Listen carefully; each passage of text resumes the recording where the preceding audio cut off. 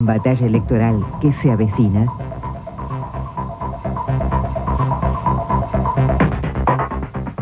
Bueno, y tratando de interpretar cuál fue el cambio. Hasta el sábado teníamos, suponiendo los argentinos se dividen más o menos mitad y mitad, por el gobierno o contra el gobierno, teníamos un partido justicialista unido, diría yo, dominante, que dominaba. ¿Por qué dominaba? Porque había dos oposiciones, había dos partidos de oposición que a su vez discutían esa otra mitad entre ellos. Y tanto fue así el dominio que tenía el justicialismo, que hasta el sábado el dilema era más bien Menem-Duhalde, es decir, la lucha era entre las alas internas del propio justicialismo. La oposición, las oposiciones débiles, tenían un rol casi de protestatario. El apagón, el bocinazo, más bien el gobierno tenía iniciativa y las oposiciones protestaban, se unían a la protesta y a la queja contra esas medidas. Ahora, ¿qué pasa? Al unirse la oposición, se establecen dos fuerzas, por lo menos en los papeles, equivalentes en el plano electoral. Hay dos fuerzas con vocación de poder. Y entonces el partido dominante, que era el justicialista, se siente desafiado. Y la oposición, que hasta ahora era solo protestataria, pasa a ser una oposición desafiante, que tiene aspiración de ganar en octubre y en el 99. Ahora, esto también cambia, me parece a mí, el rol de la oposición. Porque fíjense que mientras uno, esto lo decía Duverger, un gran teórico, ¿no? Los partidos sin vocación de poder, que no tienen posibilidades reales de llegar al poder, y bueno, protestan, dicen cualquier cosa. Pero cuando de golpe se crea la posibilidad de que lleguen al poder, tienen que cambiar el lenguaje, tienen que hacer propuestas, es decir, ¿cómo lo haríamos nosotros? ¿Lo haríamos mejor que ellos y cómo? Entonces, de alguna manera, me parece a mí que el riesgo que corre la oposición ahora es que está como en un dilema. Si la oposición exagera su deseo de cambio, exagera su oposición, el gobierno va a decir, hacen correr riesgos a la convertibilidad. Hay temor del regreso a la Argentina inflacionaria. Pero si la oposición, por otro lado, dice, no, vamos a mantener las cosas, por ejemplo, el nombramiento de Machinea como futuro jefe económico es tranquilizador, tranquilícense, lo que va a decir el gobierno, que lo dijo recién Roque en este videoclip que hicimos, y si son lo mismo que nosotros, ¿para qué va a cambiar usted? Están, en la mitología griega había un momento en que Ulises pasa entre Sila y Caribdis, que son dos diosas que se lo quieren comer, ¿no? La Escila de ser demasiado revolucionarios e inspirar temor, y la Caribdis de ser demasiado cuidadosos y de alguna manera desilusionar la esperanza de cambio. Mientras tanto, el gobierno me parece que ha pasado a una posición más cómoda. Están sentaditos ahí y le dicen, señores, ¿qué proponen ustedes? A ver, ¿cómo lo harían mejor que nosotros? ¿Cómo lo harían, Graciela? Primero, no están cómodos. Si no, no hubieran venido dos funcionarios y van a todos los programas. Ahora, antes no venían. Esta cuestión. Además, la lucha por el poder, más allá del relato de acá, había empezado antes. Había empezado el año pasado entre Duhalde y Menem. Porque lo que se avisaraba para adelante era lo que justamente nuestro visitante ilustre, el ingeniero Cuauhtémoc Cárdenas, nos decía al revés del PRI. Él nos decía esta mañana, el PRI comienza a ser penetrado por la democracia y a desconstituirse de ser el partido-Estado. ¿Hacia dónde iba este justicialismo? Era a transformarse en partido-Estado. Y la alianza... Una vocación de PRI en su futuro. Total, y por eso, usted señaló muy bien, creaban la oposición por la fuerza de Duhalde, aun cuando Menem intentaba dividirla, que si Palito, que si Reutemann, que si creaban la oposición adentro. Y entonces lo que teníamos avisorando para adelante era o más Menem, o más Duhalde, o lo que fuere. Esto es lo que, en buena medida, hizo cambiar la aparición de esta alianza. Yo estoy muy contenta, Mariano, muy contenta, muy cansada, muy emocionada, porque este es un largo trabajo y un éxito. Y es tramposo, perdóneme, y no lo digo por usted, sino por los que nos quieren meter en esa historia, de esto de estar divididos y tironeados como Tupac Amaru. Mentira, no estamos nada divididos y tironeados. Tenemos dos funciones. Una es oponerse, que para eso nos eligieron, y entonces marcar lo que a nuestro criterio está mal. La otra es proponer, y lo venimos haciendo. El año pasado, después del apagón, en diputados se consiguió, merced al esfuerzo de la sociedad, en su participación movilizada, que se hiciera una sesión donde se escucharon más de 300 propuestas en el tema trabajo para paliar la desocupación o revertirlo. Podrán ser mejores, peores, muy buenas, más o menos, malas, impracticables, practicables. Nadie quiso discutirlo.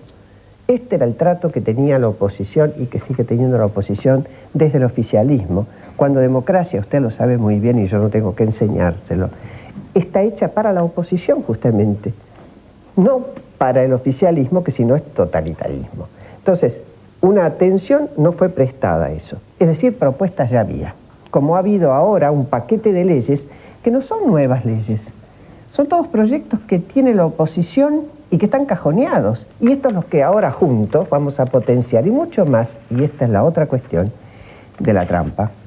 Esta elección es legislativa.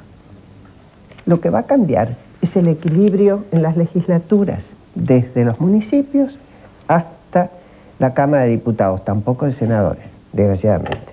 Entonces, lo que se va a armar ahora para la gente, para que la gente pueda elegir, hay acciones de gobierno que durante 8 años se llevaron a cabo. A algunos les gustan mucho, a otros les gustan menos, otros las sufren, y ahora van a tener las mujeres y los hombres de este país la posibilidad de tener una alternativa con propuestas y luego elegirán. Por eso no hay que ponerse nerviosos. ¿Por qué se enojan tanto? ¿Por qué ahora corren a todos los programas cuando antes no querían ir? ¿Por qué? Si al contrario deberían festejar que la democracia fuera capaz de crear propuestas vigorosas, porque eso estimula a más propuestas vigorosas, es mejor para cada persona. Para cada persona.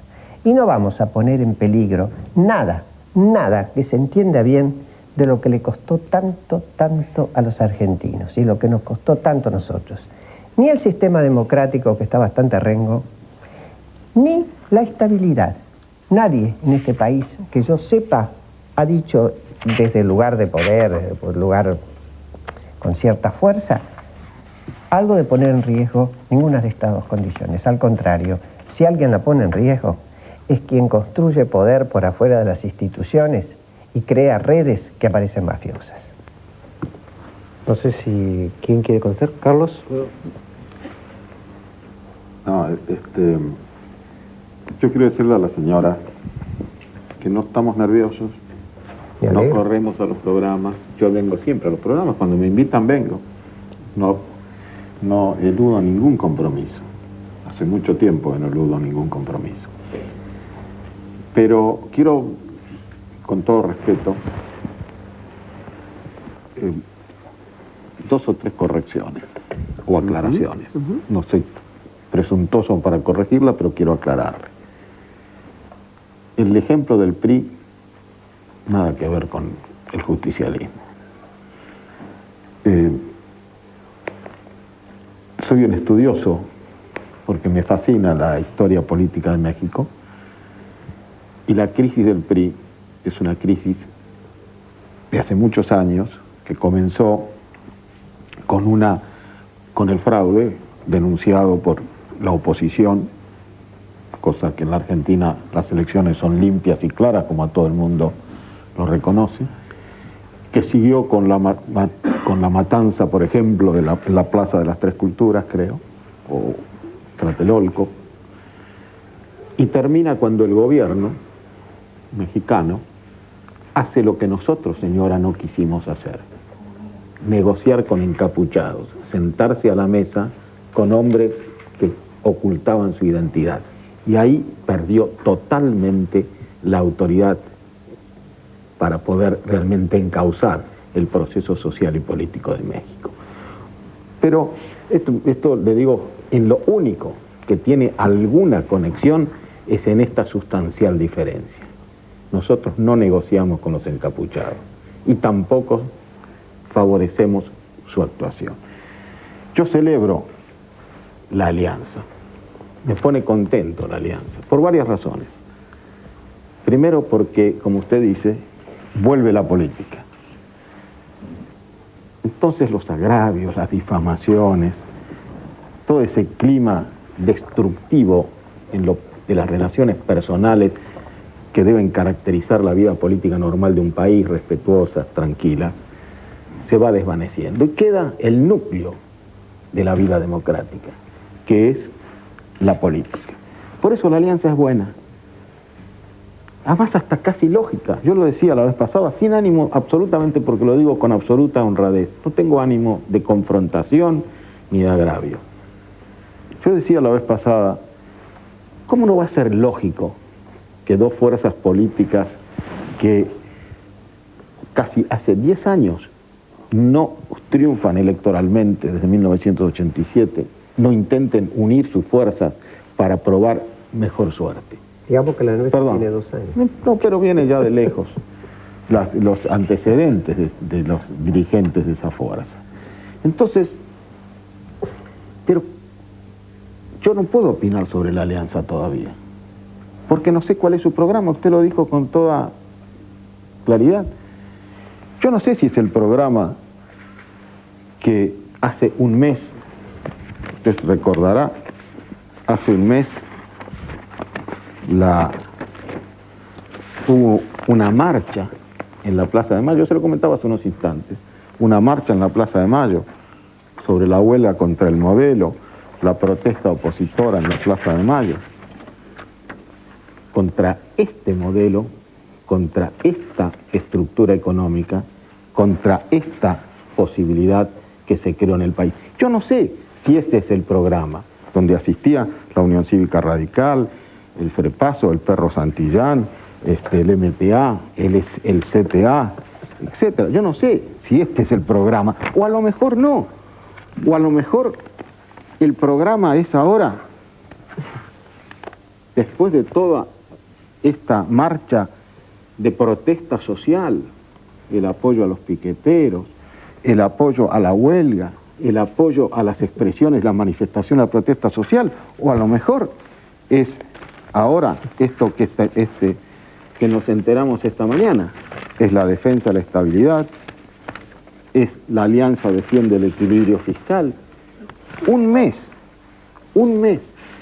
¿Qué quiere decir entonces? Que tenemos que esperar la propuesta, porque el país no sabe todavía cuál es lo que verdaderamente está detrás de la propuesta política de esta alianza, porque nosotros no nos asustan las alianzas, al contrario, somos casi doctores en alianzas, somos expertos en alianzas.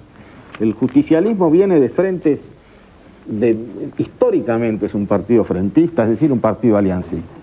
Nosotros hemos también hecho una alianza no hace tanto con la Unión Cívica Radical para reformar la Constitución. ¿Y qué hicimos entonces? Nos sentamos a la mesa, discutimos qué es lo que queríamos hacer, qué queríamos poner en la Constitución. La Unión Cívica Radical generó un núcleo básico de propuestas que compartimos y que llevó, entre otras cosas, a que el doctor de la Rúa sea hoy intendente de la capital federal.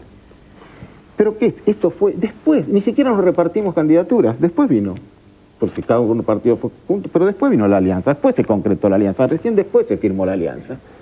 Hoy se hace al revés, se reparten las candidaturas, se estructura un sistema y ahora vamos a ver si se ponen de acuerdo en un programa. Nosotros creemos que si realmente se ponen de acuerdo en un programa, si las actitudes de la alianza son concordantes con ese programa, por ejemplo, ahora tiene una oportunidad magnífica, ahora viene una huelga el 14 de agosto, ¿van a apoyar la huelga? Y la huelga es claramente contra el modelo, la huelga exige determinadas conquistas salariales, etcétera, que afectarían concretamente el equilibrio fiscal, la estabilidad, la convertibilidad. Le explicarán supongo, los dirigentes políticos, a esos señores, a estos dirigentes que legítimamente hacen sus protestas, porque esto es legítimo, que no los pueden acompañar ahora porque tienen que manifestar con claridad su vocación de poder. Como usted dice, cuando uno no puede llegar al poder, dice cualquier cosa. Cuando puede llegar al poder, cambia la visión. Pero cuando el cambio es rápido, es difícil convencer. Yo no sé si después del corte va a contestar Graciela o va a contestar el doctor Alfonsín, que levantó el dedito. Ya veremos.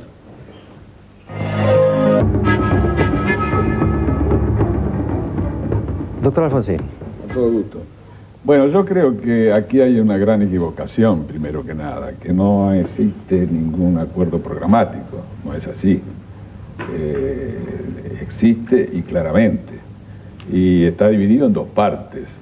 Una primera parte es para el Congreso de la Nación y una segunda parte, que es lo que se está analizando y lo que se va a estudiar con más tiempo, es el que está referido a la construcción del poder y la gobernabilidad en 1999. En cuanto a lo primero, está muy claro que lo que queremos es, y lo hemos manifestado, es hacer operativa toda la Constitución Nacional, lograr la seguridad jurídica, la sanción de la ley del Consejo de Seguridad, la sanción de la ley del Ministerio Público Extrapoder, la modificación de la ley de la Auditoría General de la Nación, entre otras cosas, además de la creación de la Comisión Bicameral, ¿verdad? Es decir, una lucha por la transparencia, en la función pública que venimos desarrollando permanentemente en nuestras aspiraciones, en nuestros discursos y en las conversaciones que hemos mantenido y en las definiciones que hemos efectuado. En segundo lugar, el problema del trabajo. Es otra cosa que nos preocupa en cuanto a que no queremos la precarización del trabajo. Estamos de acuerdo en que pueden modificarse ciertas normas que hacen a la modernización de las relaciones laborales, pero no en la forma en que se pretende. Aunque la flexibilización desgraciadamente ya se ha logrado de hecho con la desocupación que existe.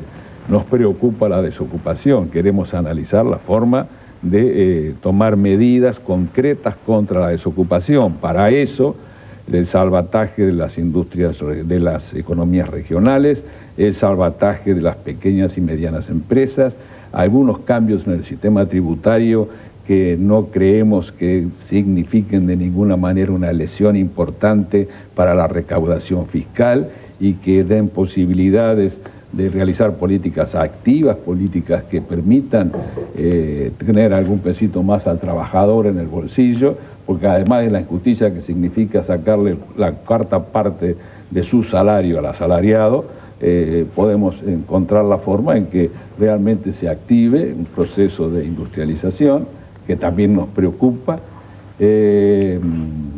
la prohibición de las importaciones de países que hacen dumping social, que han liquidado nuestra industria de la confección, que han incidido notablemente en contra de la industria textil, es decir, un proceso de industrialización. Allí ya tienen ustedes unas cuantas medidas que se han analizado con el propósito de evitar la desocupación.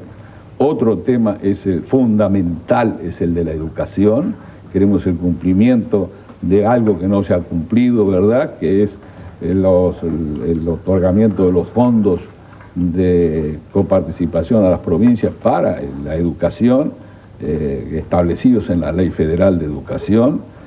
Queremos crear un fondo que nos parece conveniente, hemos discutido acerca de esto, hay proyectos conjuntos en la Cámara de Diputados de la Nación en el que podemos aprovechar, por ejemplo, la finalización del sistema de impuestos a las ganancias de este año para crear un fondo que permita, que aunque yo sé que a los contadores no les gusta, algún fondo especial para la educación que dé solución al problema de la educación, que es lo más importante que tiene un país, es mucho más importante que las riquezas naturales que tiene un país para el desarrollo y el conocimiento de la gente.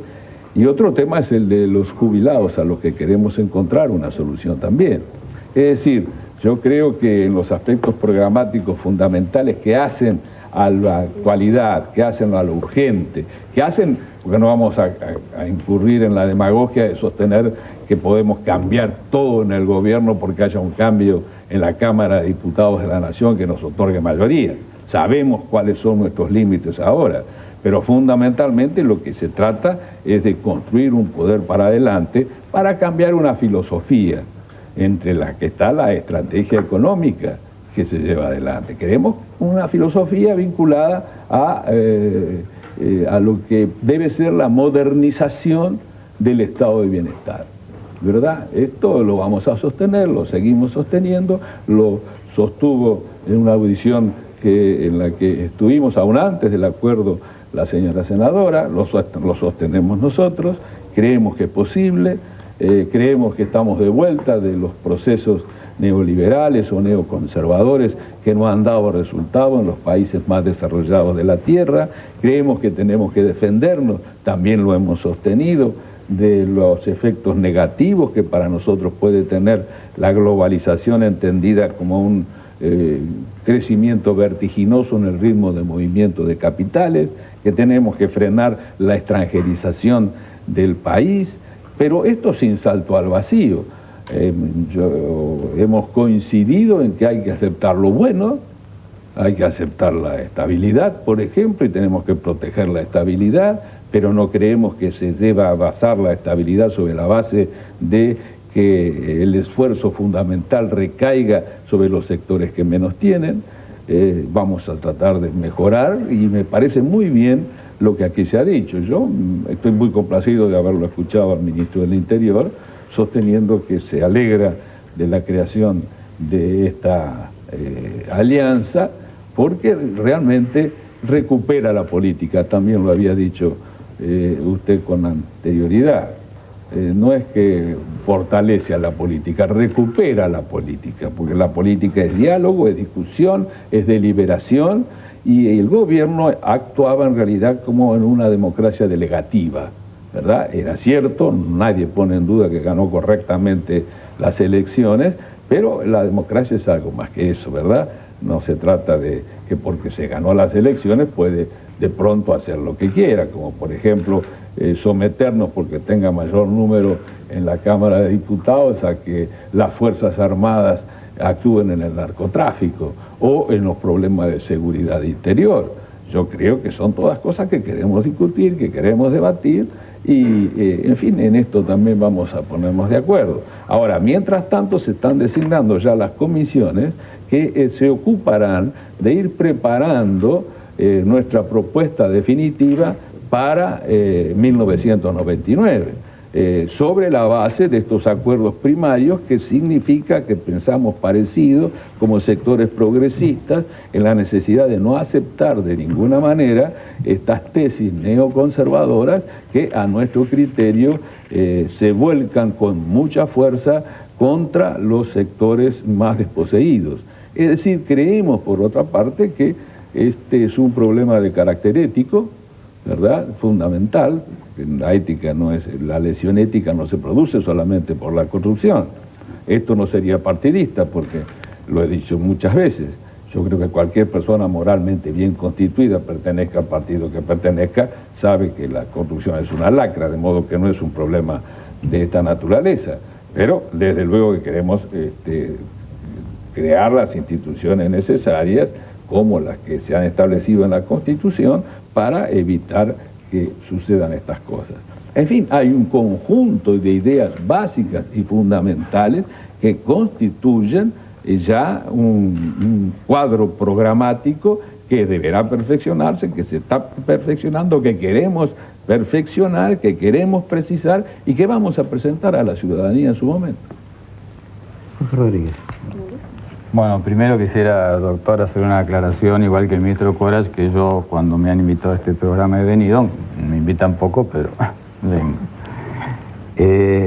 Yo creo que tenemos que referirnos a esa máxima del general Perón, que mejor que decir es hacer y que mejor que prometer es realizar. Y en todos los temas que ha planteado el señor expresidente Alfonsín, por lo menos en la discusión de estos temas, vamos a coincidir, son temas que tenemos que analizar. Por ejemplo, el de la seguridad jurídica y el de la corrupción. Cuando hablamos de seguridad jurídica, no tenemos que olvidarnos que, por ejemplo, hubo leyes que determinaban el cobro por parte de los jubilados que no fueron respetadas y que tuvimos que pagar nosotros a través por la decisión y respeto a las leyes por parte del gobierno del presidente Menem. Todo lo vinculado al sistema jubilatorio, que a su vez determinó pasar de una jubilación mínima de 150 pesos a una de 350 pesos, un 135% más. Cuando hablamos del tema de la corrupción, tenemos que analizar la corrupción estructural que tenía nuestro país, todos los nichos de corrupción. Por ejemplo, las empresas de Estado, que a través de la privatización han dejado de constituirse en esta corrupción estructural, ahora nos queda la corrupción residual y seguimos luchando. Y fue la República Argentina en los foros internacionales en 1990 que planteó el tema de la corrupción y que determinó que la UNTAC lo pusiera en su agenda. Estos son hechos concretos que no tenemos que olvidarnos. El doctor nos habla de la extranjerización. Yo escuché atentamente a todos. Si no quieren, no. Bueno, yo les pido disculpas, pero yo he escuchado a los tres disertantes anteriores, me gustaría poder hacer mi exposición. El tema de la extranjerización. Yo creo que es más argentino el capital que viene, se invierte, da trabajo a los argentinos que aquel capital de un argentino que se va. Tenemos, y vinculado a la seguridad jurídica, tenemos 10.000 millones de dólares ya de inversores extranjeros. Esto está vinculado a la seguridad jurídica que está dando nuestro país como atractivo para los inversores extranjeros. Coincidimos en la preocupación, en la lucha por la desocupación, que fue el eje de la preocupación del presidente Menem. Tenemos la demostración de los más de 600.000 puestos de trabajo creados en el último año, genuinos, más los programas activos que tiene el gobierno, como el programa Trabajar, más el fondo, la duplicación de los recursos del FONAVI que administran las provincias para resolver el problema de la vivienda y para generar más puestos de trabajo, más la privatización del banco hipotecario a la que ellos se opusieron, que genera recursos para hacer obra pública, para integrar nuestro país con los hermanos países del Mercosur y para generar puestos de trabajo, que son políticas activas y que son soluciones concretas. Por eso, acá tenemos que tener bien claro lo que es el mensaje de la desesperanza, como si no se hubiera hecho nada o como si no se pudiera hacer nada. Nosotros no somos tampoco conformistas. Nosotros creemos que tenemos muchísimas cosas por hacer y por eso estamos planteando todas estas acciones. La señora Fernández Meijide me comentaba en el intervalo el tema de la revolución productiva. Si uno va a todos los datos de incremento de la producción, vamos al sector agropecuario. Hemos pasado de 40 millones de toneladas a más de 56 millones de toneladas. Hemos pasado de 90.000 automóviles a más de 440.000 automóviles. Hemos dejado de cobrarle el impuesto que eran las retenciones del sector agropecuario que le ha permitido desarrollarse, toda la industria de agroquímicos, lo que representa YPF. Realmente la República Argentina está viviendo una revolución productiva y en esa revolución productiva tienen que estar incluidos todos los argentinos y por eso estamos trabajando. Y yo le voy a decir algo más con respecto al tema del PRI. El PRI era un partido hegemónico, el peronismo es un partido de alternancia, pero ¿por qué permanece? Porque se respeta esa máxima del general, que hay que hacer, no decir. Y por eso nos siguen votando y por eso el apoyo fundamental nuestro está en los sectores más humildes de nuestra sociedad, porque creen en lo que hacemos, porque es la demostración permanente de una militancia por el pueblo de cada uno de los dirigentes del justicialismo. Eso es nuestro trabajo cotidiano. Y bienvenido al debate con el doctor Alfonsín, con la senadora Fernández Meijide. Bienvenido al debate con todos los dirigentes políticos de la oposición. Pero tengamos bien en claro que todo eso que ellos dicen que hoy que está bien, hace 8 años se opusieron y votaron en contra. Como siguieron votando en contra con todas las leyes. El tema educativo, 1992, 6.000 millones de pesos. 1996, 11.000 millones de pesos. Nos falta un poquito para la duplicación. Y queremos seguir financiando el sistema educativo. Y vamos a seguir poniendo más dinero en el sistema educativo. Y esta es una acción conjunta de nación y provincias en un marco de un país federal. Y estas son realidades incontrastables. Bueno, yo creo que en estos dos bloques cada uno hizo una exposición relativamente larga.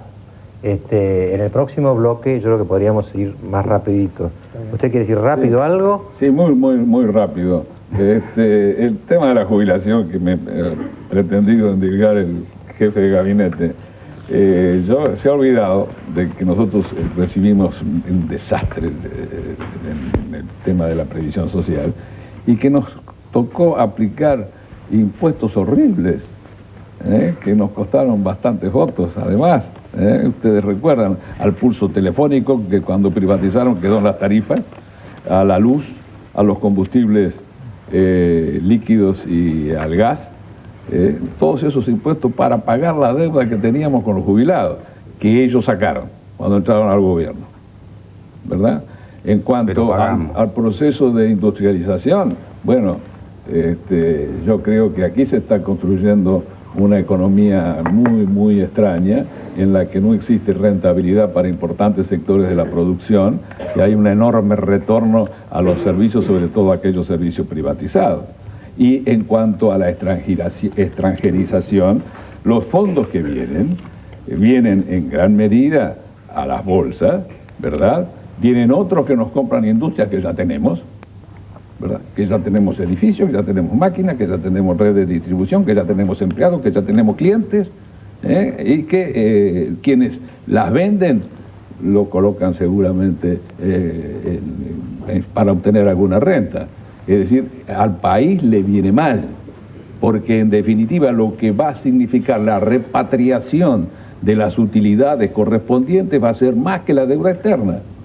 Más que si fuera deuda externa, porque colocar en renta es siempre menor que lo que puede obtener un capital de riesgo, ¿no es cierto?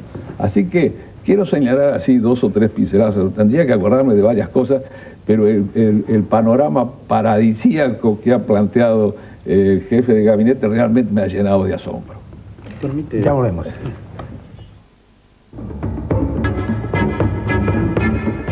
Una cantidad de llamados, seleccionamos algunos acá. Nélida de Palermo dice: Menem tiene razón al decir que estos son manotones de ahogado. Estamos ahogados en inseguridad, corrupción, desempleo y falta de educación.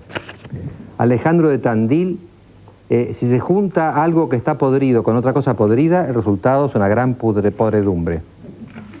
Matilde de Tucumán: el interior está muy conforme con la alianza, aunque digan lo contrario, al gobierno le preocupa mucho.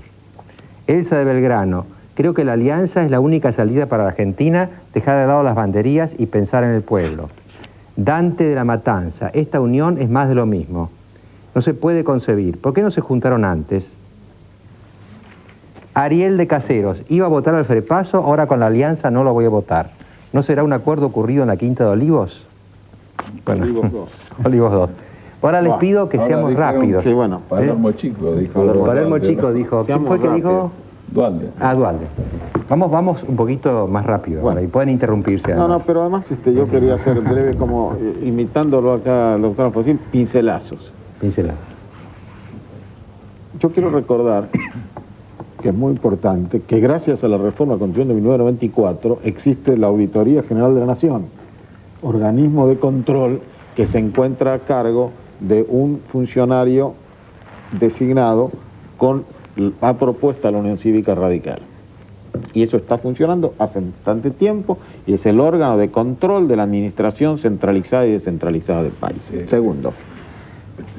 ¿Permite? Sí, hay que modificar la ley. Hay que hacer una nueva ley. Modifiquémosla. Pero claro, la hicimos de común acuerdo. Dos radicales en vez de... La hicimos de común acuerdo. Hay que hacer la ley. Que la haga eficaz. Perdón. Después, habló el doctor Alfonsín, y eso es muy importante, de que el programa tenía 2 etapas. Una, un acuerdo parlamentario. Yo realmente quiero, con todo respeto, decir que tengo acá la nómina de lo que es el acuerdo parlamentario. No. Perdón. Todo eso son algunos de los puntos los que dieron a recibieron. conocer. Bueno, Algunos tendrán algunos guardados para más adelante. No, simplemente Perdón. se De los estableció 18, nada más que uno tienen de los puntos. 18 propuestas de leyes. 11 son leyes nuestras que están tratándose en el Parlamento y que ellos no dieron quórum o Pero había proyectos que se oponían justamente Claro, porque mejoraban. Pero ¿por qué se van a poner nerviosos ustedes si, No, si porque tenemos no que, se puede si nosotros mentir. estamos contentos? No se puede mentir. Nosotros no estamos mintiendo, no me agreda porque yo no la agredo, yo la respeto. Dije que pero no de se todos puede modos, mentir, tratemos genéricamente, no se Perdóneme, chicanear, déjeme tratemos terminar. de no chicanear. Pero déjeme, ¿quiere que se lo lea uno por uno? No, Dios, Ah, bueno, aburrido, muy yo se lo leo, está aburrido. acá a disposición. De los 18, 11 son nuestros. Y le Pero digo son más. distintos los perdón, nuestros. Programa, le digo una cosa, la gente no acepta vaguedades. Perdón, doctor. No Exactamente, acepta vaguedades. Y le digo una cosa, Corach, déjeme. exactamente, Si no, no va a Corach. terminar. Si no me ¿Dónde deja, está pero ese ¿por qué? país Pero, señora, ideal? ¿por qué no me deja No, terminar? porque me dijo que nos podíamos interrumpir. Pero sí, pero Eso era muy dejándome a aburrido. terminar, me interrumpa Es muy cuando... aburrido. No, interrúmpame cuando termine la frase. Yo le digo, interrumpe y me interrumpe. Usted me Ahora va a hace ver. así cuando Se graba así termina. y Va. usted me interrumpe. Ahora va a ver. Bueno, Ahora a ver, perdóneme. Y al final los interrumpe. No, al final de una frase, porque si Ya no me está, deja, Corach. si no me deja redondear la frase... Puede interrumpirlos en los puntos seguidos. Exacto. No espero los puntos aparte. Eso. Ahí respiró, ya está. Claro, Permítame que termine, porque si no, no puedo terminar lo que estaba diciendo. Usted no me puede interrumpir porque no sabe lo que voy a decir. ¿Cómo no? Lo que le quería decir es la gente ¿Quiere no que yo admite, le haga el libreto? no admite vaguedades. ¿Qué quiere decir? Que cuando hoy la alianza, o lo que sea, diga, por ejemplo, fomento del empleo, industrialización, ¿A qué quiere que se le creemos? industrialización, etcétera, ¿sabe lo que le va a aumento a los jubilados, mejorar la situación de los maestros, mejorar la situación de la policía? ¿Sabe lo que le va a preguntar la gente? Le va a preguntar ¿cómo? Se lo ¿Cuándo? vamos a decir. Perdón, ¿cómo? ¿Cuándo? ¿Con Se qué? lo vamos a Hasta decir. ahora no lo han dicho. Bueno, le no puedo lo han preguntar dicho yo ni ahora. siquiera en los debates del Congreso. Además, Sí, perdón, No, ya está, respiró, ya hay punto. Pero Además, hay un fondo perdóneme. que está planteado en Redondee el rápido, Congreso. Y que se Perdóneme. opone, el prepaso Además- se opone a ese además, fondo que fíjese, ustedes plantearon en el Todos oponemos a Congreso. todo lo bueno Fíjese, que les hace. proyecto yo creo, conjunto de Mari fíjese, Sánchez y de Dumont. hace un poquito, hace Y el de 15 Jesús días, Rodríguez no lo perdón, quieren. hace 15 días se peleaban para ver quién era más duro con el programa económico y la estabilidad, la convertida, etcétera. Hoy se pelean para ver quién es más defensor de esto. No, Esto es pero un de triunfo del ninguna manera. presidente. Corach, No es ahora así, puedo, ahora no. más gran triunfo del Ahora presidente. se puede, Primero, se puede interrumpir, no es Perdón, así. doctor Alfonsín, Adelante. primero, ¿por qué nadie se da cuenta de la maravilla que nos describió el doctor Jorge Rodríguez? ¿Por qué le digo? No se Es da cierto, cuenta de la más de maravilla que 500.000 recibimos puntos, nosotros. más de 500.000 puestos de trabajo, dijo, y hay Señora. menos de 3 puntos menos de masa salarial, es decir, mucho trabajo basura y temporario. Primero, 15%. corrupción. 11, y me da lástima, y lo digo con mucha pena, el 11 lugar en el mundo, y no lo decimos el FREPASO ni la UCR. No, lo Hoy dicen agarra colaterales la del Nación. Frepaso, Y lo la- dicen colaterales del Frepaso, que son los representantes acá de transparencia. Bueno, menos mal, hemos Internacional. cambiado, por favor. suerte ya no es más Por quebracho. favor. Menos mal que ya no es Por más quebracho. favor, Bueno, señora. el Los Fondo Monetario representantes rentados Internacional. de transparencia acá. El Fondo Monetario ¿O quiere que le diga Internacional y quiénes el son? Banco Mundial les dicen, señores, es mejor un buen Ministerio de Justicia que cualquier mejor Ministerio de Economía. ¿Quién dijo Se lo eso? están diciendo los mismos que les dieron la receta. El fondo, los organismos internacionales, Banco Mundial y Fondo Monetario malos? Internacional. No, le están recomendando que hagan un buen Ministerio de Justicia, es decir, una justicia independiente. Los sectores más humildes, está hablando de la clase media tal vez, que se está cayendo definitivamente. ¿Por qué razón? ¿Usted Y cree esto que sí la- que son nosotros pincelazos. la recibimos ¿Por qué floreciente? por qué razón ustedes votaron ayer 180 diputados por primera vez Grondona, lo que es el susto de la alianza? Vinieron todos, los que nunca van también, a votar la sanción, la media sanción de la ley del arrepentido. ¿Saben qué no aceptaron?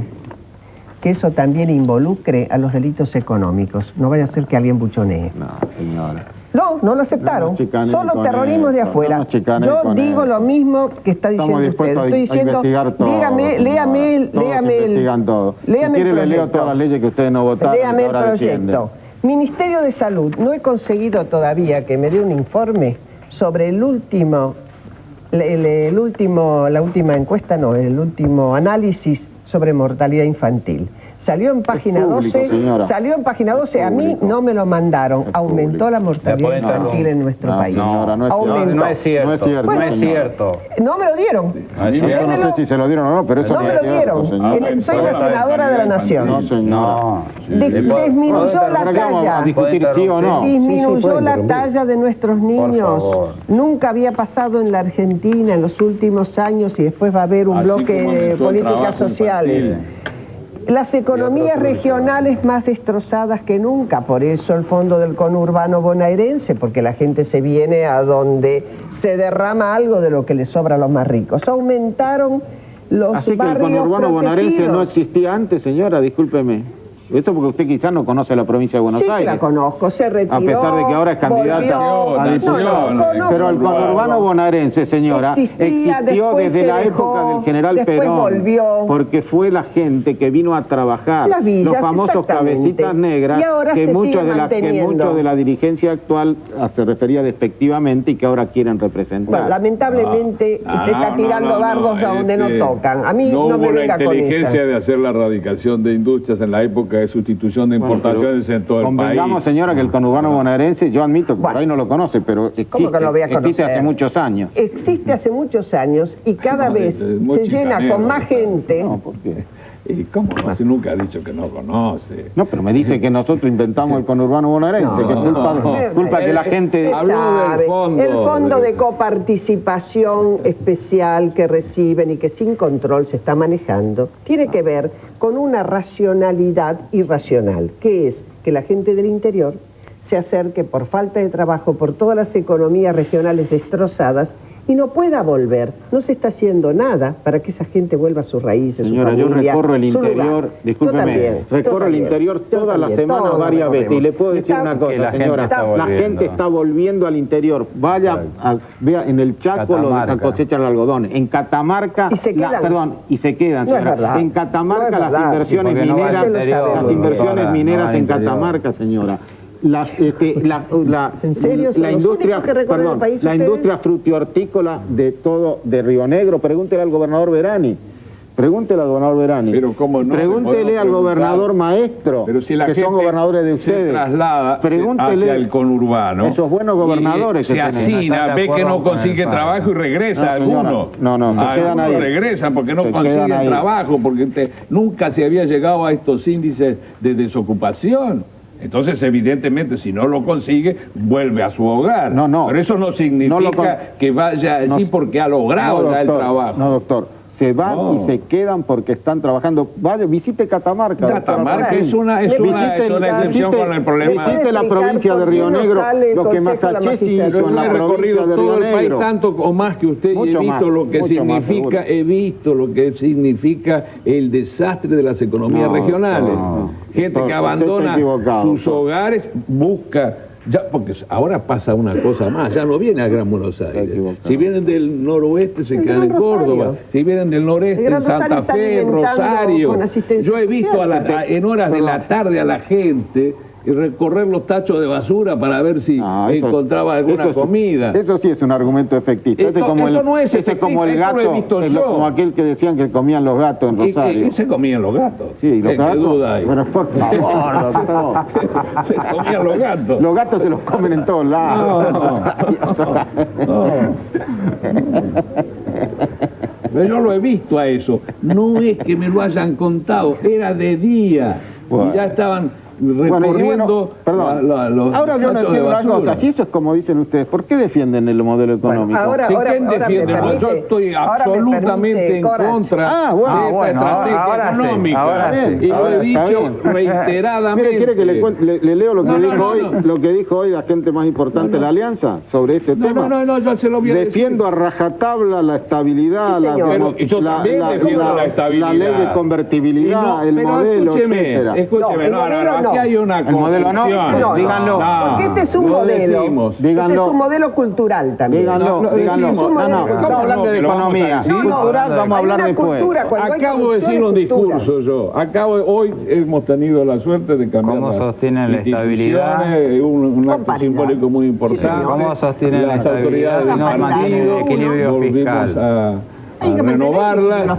Acabo de decir un discurso donde he explicado cuál es precisamente la necesidad que tiene el país de cambiar la estrategia económica, porque no se puede crear de ninguna manera la democracia con el contenido social que tiene que tener la democracia para que sea democracia, con estos planes que se llevan adelante. Pero de ninguna manera he dicho que había que terminar con la convertibilidad ya, y que había que devaluar. Me permite, y que había que devaluar. ¿Usted es el traductor? No habla usted, perdón. ¿Por qué? ¿Y por qué lo va a explicar? No, ¿sabe lo que pasa? Necesita que lo explique. ¿Sabe lo que pasa, ministro? Nos conocemos mucho. ¿Sabe lo que pasa? Acá está claro. Usted es de la Alianza también. No, yo lo sospechaba, pero no lo sabía hasta ahora. Yo tengo un ánimo docente, como que usted no entiende. Pero de lo mío pero de lo mío no explica nada.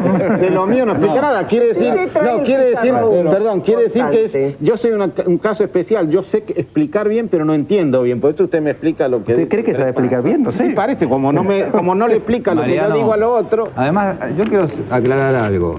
Como acá se plantea que todo está mal y uno da algunos datos de realidades de cómo hemos mejorado, quieren hacer decir que todo está bien. Y nosotros hemos hecho muchas cosas. El gobierno del presidente Menem ha hecho muchas cosas, pero no estamos conformes. ¿Cómo van a estar conformes? No estamos conformes, por eso el discurso del presidente antes de ayer, anunciando toda la continuidad de su gobierno, anunciando toda una serie de medidas de caras al siglo XXI que va a permitir y que se ha ido concretando pero por favor más el plan quinquenal. Bueno, usted quiere todo el listado de obras, estaríamos horas y días enumerando todas las concreciones. Doctora, por favor, su exsecretaria que tiene la duda en educación de qué tiene que hacer o no. ¿Por qué no explica esto? Por favor. Tenemos un llamado telefónico que le voy a dar curso, si ustedes me permiten. Está el doctor Cavallo en el teléfono, llamó él. Doctor Cavallo, buenas noches. Un minuto, por favor, buenas noches. Buenas noches, Mariano. Muy corto. Quería decir que la persona que representa a Transparency International en Argentina es el doctor Luis Moreno Ocampo, que a pedido mío, cuando era ministro de Economía, lo mismo que a pedido del actual ministro de Trabajo, Armando Caro Figueroa, colaboró con el gobierno del presidente Menem en el descubrimiento de actos de corrupción en el Correo Argentino desde el año 93, en el Instituto Nacional de Reaseguros, en la ANSES y también en la DGI. Y gracias a esa colaboración, como a la eliminación de la corrupción estructural a la que aludió el señor jefe de gabinete, Argentina en 1995 tenía una calificación que la ubicaba entre Bélgica y la República Checa, es decir, en una muy buena posición. Pero desde el 95 ahora ha desmejorado la evaluación que hace Transparency International, y con buenas razones, porque entre otras cosas, cuando era secretario legal y técnico, el actual ministro del Interior atacó permanentemente al equipo de Luis Moreno Ocampo y a las decisiones del actual ministro de Trabajo y a las decisiones mías de utilizar esa colaboración para la lucha contra la corrupción. Incluso uno de los integrantes del estudio del doctor Moreno Ocampo, Alfredo Poyat, cuando descubrió en el Correo Argentino un mecanismo de robo de cheques y logró que el juez de instrucción detuviera a los responsables, luego un tribunal oral integrado por un ex subsecretario del doctor Corach dispuso la libertad de los delincuentes y dispuso la investigación de Alfredo Poyat, la misma persona que fue asesinada en Mar del Plata cuando estaba justamente descubriendo una banda de personas que gestionaban y conseguían jubilaciones fraudulentas en perjuicio de los jubilados, obviamente. Por eso debo decirle que el gobierno, con estas actitudes de no aprovechar colaboración como la de el doctor Luis Moreno Campo y su equipo a partir de la oposición que hizo el actual ministro del Interior, obviamente no está contribuyendo... Doctor Cavallo, se me acaba el tiempo. la boca, doctor. No está contribuyendo a que pueda sobrevivir la convertibilidad y la estabilidad, porque el actual sistema económico no es compatible con la corrupción organizada y con la inseguridad jurídica que se está creando a causa precisamente de las actitudes que tiene el señor ministro del Interior. Gracias, doctor Cavallo. Están predominando en este gobierno. Gracias. Muchas gracias. Buenas noches. ¿Le puede contar un minuto? Tiene un minuto No, extra. le digo que realmente la irrupción, con su consentimiento, el doctor Cavallo viola todas las reglas de un debate razonable. Realmente no tiene nada que ver ni lo que dijo ni lo que hace. Contestarle es una pérdida de tiempo, son más mentiras, siempre dice lo mismo, nunca prueba nada. Bueno, Escúchame. entonces yo propongo lo siguiente, hagamos un minuto cada uno, vamos a hablar con el ingeniero Cárdenas. Realmente lo lamento. Bueno, yo también. Lamento esta irrupción de un personaje que más bien tiene que tratarse en un psiquiátrico y no estar hablando permanentemente Es su de todo. opinión, esa es En su mi opinión, es sí su señor, opinión. en mi opinión. Muy bien. Si usted creyera que se tiene que tratar un psiquiátrico, no hubiera debatido con él en este Yo debatía programa. su pedido y ya terminé el debate. ¿Y qué pasa? Y ahora tiene que ir al psiquiátrico. Pero escúchame, fíjese lo que dice. Bueno, Que yo nosotros le doy un minuto por para poco que- le hemos en lugar de matado. hablarme a mí, por contéstele poco- a él, tiene por un minuto poco para le hemos hablar. matado. Pero No, tiene no un vale minuto la para contestar. pena. Entonces no le tiene conteste. sentido, Si no vale la ya pena, está. no hay Lo que usted problema. no debió haber hecho es hacerlo irrumpir en un programa que no estaba Yo previsto. lo hice Eso es lo que no irrumpir. estaba Él derecho. llamó y yo lo dejé entrar. Perfecto. Y lo hizo Bueno, usted. bueno. ¿Quiere empezar usted con su minuto o quiere calmarse primero? No, estoy absolutamente calmado. Lo que le digo es que me parece realmente violar las reglas de un debate como el que se estaba desarrollando, introduciendo este tipo de cosas. Pero no perdamos más tiempo. Yo creo que es Está bien, interesante para que la gente opinión saber. pública juzgue, no tengo Bueno, ningún problema. yo, volviendo al minuto nuestro, Voy al minuto suyo. yo lo que quería explicarle, que usted no quería que yo lo explicara, pero ahora le explico, es que lo que ellos dicen, acá Graciela y el doctor Alfonsín, es que ellos están con la estabilidad, pero no con el modelo, si no me equivoco. Entonces no sé si usted quiere contestar a eso. Yo le voy a repetir lo que me dijo usted. El modelo es la estabilidad. Lo dijo usted. No, que usted piensa eso. No. dije yo. Primero, no lo dice usted. Perdón, digo que usted piensa que no, es el modelo porque de usted me la autorizó a citarlo. Usted dijo, el modelo es la estabilidad. No, usted dice eso. Exactamente. ¿Dice eso? Digo, el Por modelo... eso yo lo estaba citando a usted. Nos citamos mutuamente. Bueno, magnífico. Con lo cual nos enriquecemos mutuamente. Por supuesto, hace muchos años que nos enriquecemos mutuamente. Bueno, diga su minuto. No, mire, sinceramente lo que quiero decir es que le vuelvo a repetir, nosotros estamos absolutamente, realmente contentos de la aparición de esta nueva instancia política en la vida argentina. Creemos que enriquece la democracia en la medida en que existan propuestas que se puedan debatir. Creo precisamente que la irrupción de la política margina a los marginales de la política que están tratando precisamente de evitar el debate ideológico real. Entonces nosotros nos alegra esto, nos alegra que vengan las propuestas, vamos a discutir las propuestas y además cuando discutamos las propuestas cada uno va a decir qué ha hecho en la vida argentina. La Unión Cívica Radical tendrá su aporte sustancial para explicar qué ha hecho en los últimos años en la vida argentina y qué debe rectificar, qué debe corregir, por qué en la última etapa de su gobierno sufrió los inconvenientes que son públicos y notorios. El FREPASO deberá explicar cuál fue la conducta parlamentaria de sus representantes en estos años, si realmente apoyó las leyes de convertibilidad, si realmente apoyó la transformación del país, o si como yo sostengo, votó sistemáticamente en contra. Y nosotros también tendremos que explicar lo que hicimos en el país desde 1989. Y la opinión pública, enriquecida democráticamente por esta debate de propuestas y comparación de conductas, va a tener oportunidad de elegir. Y elegirá, y seguramente elegirá con inteligencia. Nosotros hacemos una apuesta a la inteligencia de la gente, a la sensatez, a la madurez de la gente, no estamos seguros. Nosotros no nos asusta el debate.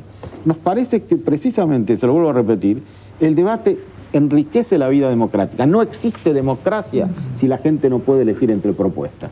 Y en ese sentido nosotros estamos dispuestos al debate, estamos dispuestos a apostar como siempre a la inteligencia y a la madurez de la gente, y estamos seguros que el pueblo argentino va a elegir en su momento consolidar lo que se está haciendo. Este es nuestro real pensamiento y no nos preocupa, no nos pone nerviosos la existencia de esta alianza. Para nada. ¿Tienes un minuto, doctor Alfonsino? Yo le tomo la palabra al ministro y desde ya le solicito, casi como una exigencia ciudadana, que los medios de difusión del Estado sean controlados por comisiones bicamerales del Congreso de la Nación y que estén al servicio de toda la información. Porque realmente para hacer esta discusión que él quiere, tiene que haber esta posibilidad fundamental. En cuanto a los otros temas que se han tocado aquí, me interesa señalar algunos aspectos. Se destruyó PAMI en el campo de los jubilados, se destruyó. Por otra parte, las AFJP están extranjerizadas también en un 65% por lo menos, y además de 12 millones de personas que trabajan en la Argentina, que es la fuerza de trabajo más o menos de la Argentina, están aportando unos 5 millones. ¿Qué va a pasar con los otros 7 millones? Lo arreglarán otros, pensará el gobierno. Las compañías que se encargan de los accidentes de trabajo tienen 4 millones. Los otros 8, ¿qué tienen? ¿No tienen seguro? Bueno, no sé tampoco. De modo que si podríamos seguir con una lista enorme de déficit en el funcionamiento de todo esto, que me place mucho que se esté dispuesto a discutir. Vamos a hacer una agenda para la discusión, pero que se nos dé la posibilidad de utilizar ATC, la radio del Estado y todos los medios. ¿Sabe lo que me gustaría que usted dijera también? ¿Cómo no? Que se nos dé la oportunidad de utilizar los otros medios al gobierno. O al ¿qué están haciendo ustedes acá? No, le estamos haciendo acá lo que nos acaban de hacer. Pida mi minuto, por favor. Pida mi minuto. Yo desearía que nosotros podamos participar en los otros medios. No, yo también. Yo también, ¿Pero qué otros medios también, todos? No, que se le dé exactamente igual el mismo tiempo a cada uno de los partidos políticos. Que no se... Bueno, pero mientras usted se comprometa con lo que usted puede comprometerse. ¿Qué van a hacer los candidatos a esta Recuerde elección? que se ha comprometido, ministro. Es impresionante. Aquí ante toda la gente que está escuchando, pero se por ha supuesto, comprometido. nosotros tenemos los medios... Vamos a hacer la comisión bicameral. Lo que yo le quiero decir es lo siguiente. Los medios oficiales, lo que queda de los medios oficiales, porque yo quiero que usted recuerde, doctor Alfonsín, con todo respeto, doctor, su gobierno mantuvo todos los medios de comunicación en poder del Estado. No me votaron nunca la ley que me permitía privatizarlo, y además... el presidente Menem además se desprendió de hablaba todos. mucho más en contra del gobierno en los medios oficiales que a favor, porque jamás impusimos criterios. El presidente Menem, en cambio, privatizó todos los medios de difusión. Y quedó solamente ATC y Radio Nacional, hizo todo. Y en ATC y Radio Nacional todos los partidos tienen el mismo tiempo. Todos. Yo lo invito a verlo ahora. Vamos a hacer la comisión bicameral y vamos a ver cómo son entonces. Muy bien, acá a mi derecha hay dos personas que tienen... No puedo menos que observar una cuestión. Para que la gente se acuerde, lo que viene son elecciones legislativas.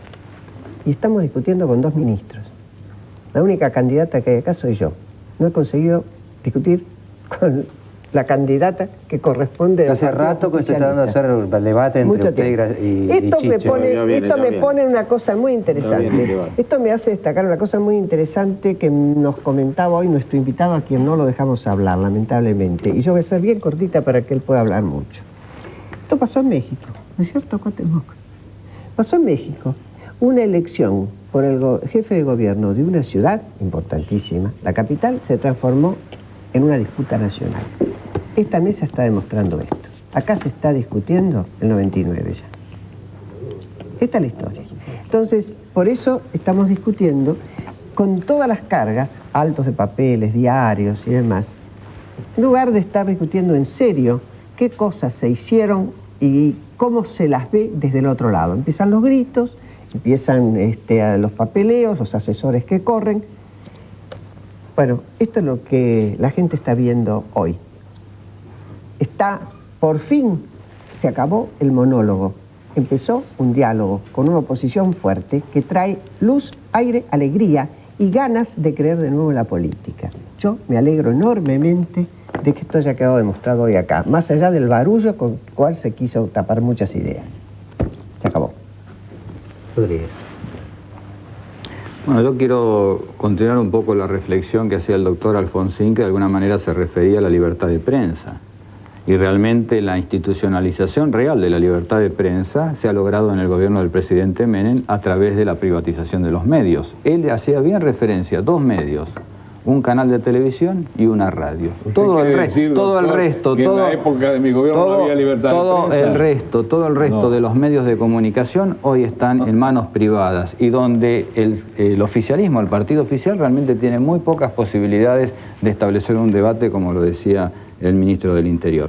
Hay otro tema muy sentido por la ciudadanía, que es el tema de la época de la dictadura militar. ¿Qué pasó durante la dictadura militar? ¿Qué pasó con las víctimas de la dictadura militar? Y de nuevo es el gobierno del presidente Menem que está pagando la deuda con las víctimas de la dictadura militar.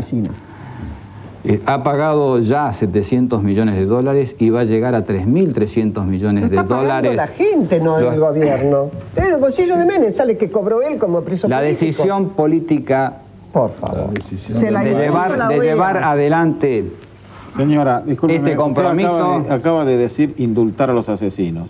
Sí. Yo le quiero decir, señora, que nosotros continuamos con una política de pacificación nacional que empezó usted, doctor. Que no tenía nada, no tenía nada que ver con la obediencia de vida. Nada que ver con el indulto.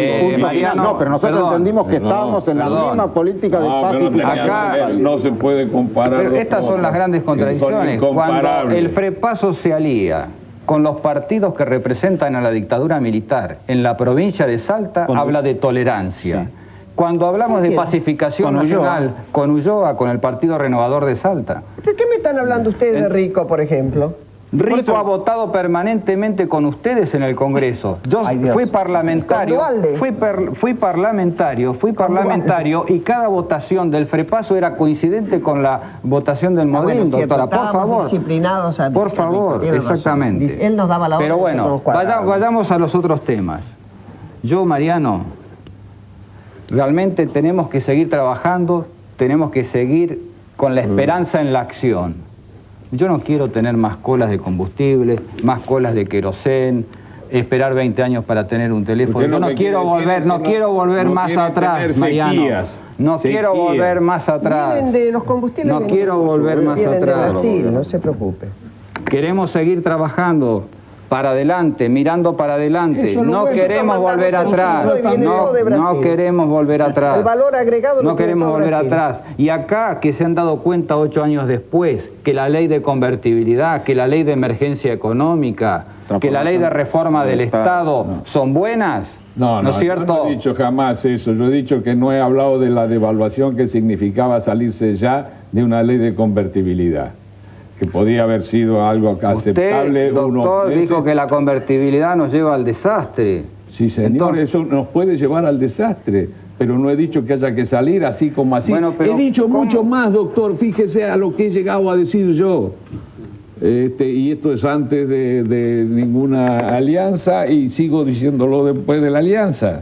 Yo he llegado a decir que debe ser un tema que salga de la competencia política, porque puede ser una catástrofe, porque de ninguna manera plantearía la eliminación de una ley de esta naturaleza cuando sé perfectamente que medio país está endeudado en dólares y frente a una insistencia de una niña que está por acá, una gran periodista que está por acá cerca, frente a una insistencia, digo, bueno, en ese caso, si hubiera que hacer esto, habría que actuar de esta manera. ¿De qué manera? ¿Inflación? Nancy, no, inflación no. Todo lo contrario. ¿Hasta dónde vamos a seguir con eso? Insistió. No es una checanera, fue una realidad argentina. El tiempo corre. Sí, yo creo que sí. Creo que yo, sí. El ingeniero Cárdenas, les cuento una cosa solamente. Él se presentó a candidato a presidente en el 88 contra Salinas de Gortari, una elección muy polémica, que hubo muchas denuncias de fraude y demás. Algunos dijeron que ganó.